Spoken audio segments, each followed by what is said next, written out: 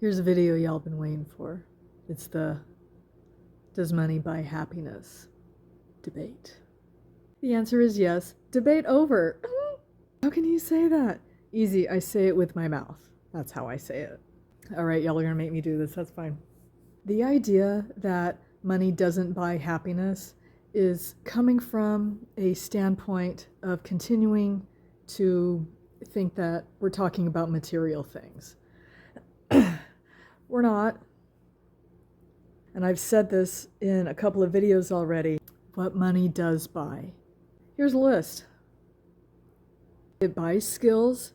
It buys your time back. Seriously. It buys stability. It buys peace of mind. Like, I'm not talking about boats, cars, houses, crap like that. No. Okay. So where do we start? We start with getting your skills up. And yeah, you can learn everything that you want to for free if you must, but it's going to take you a lot longer. It's going to take you a shorter amount of time if you invest in a good program. And I have one linked down below that will teach you the skills of personal branding, marketing, sales, content creation, video content creation, all that kind of stuff. And again, that's where we start. And then you add time into that mix. All of these things will reduce the amount of time before you see a result. Hormozi's got content about this for days.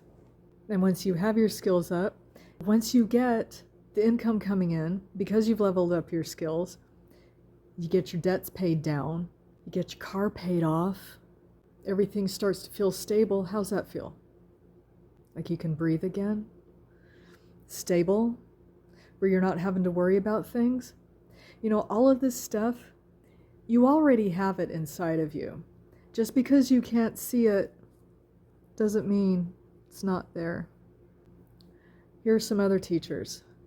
Neville Goddard, Joseph Murphy, Abraham Hicks. This is a law of attraction stuff that I'm talking about, and it is incredibly real. It is as real as it gets. These are universal laws. Like talking about dreams, talking about wishes, you have to know how it feels, what stability feels like, what tranquility feels like as it pertains to having all of your needs met. And seriously, if you can take a second and think about how it feels to not worry about where the next rent is coming from, if you don't have to worry about how you're getting to work because you only have a quarter tank of gas to last you a week and a half, you know what that feels like. Think of the opposite. Think about how that feels and have that be the way you feel all the time, and guess what? That's when the money starts coming in. I have already experienced this. The days of having a stinky attitude about money, that's got to go. Look at this guy. You want to change your mindset about money and feel better about money instead of everything that you were taught as a kid? Go look up Ken Honda. He changed my attitude about money in, I think it was 2 sentences, less than 30 seconds, and I have not gone back to my old ways of thinking. I don't have any thoughts of scarcity. I don't have any thoughts of where's it coming from. All of my thoughts are about abundance. All of my thoughts are about how good everything feels every single day, because that just feels better. Y'all, what's wrong with feeling good? You may have been told that you're selfish for feeling too good and not thinking of others. Whoever taught you that's not your friend. Odds are they're your family. It all boils down to what you feel like you deserve in life. And if that sounds like, oh, you think you're entitled to, it's already yours. You just have to get on that frequency. If you want it, it's yours. And that doesn't mean you're taking away from anyone else. That is what you were taught, and that is fundamentally incorrect. Like all the law of attraction stuff, I've only been learning in hindsight since my ghost became a ghost. But now that I know these things, I apply it every single day.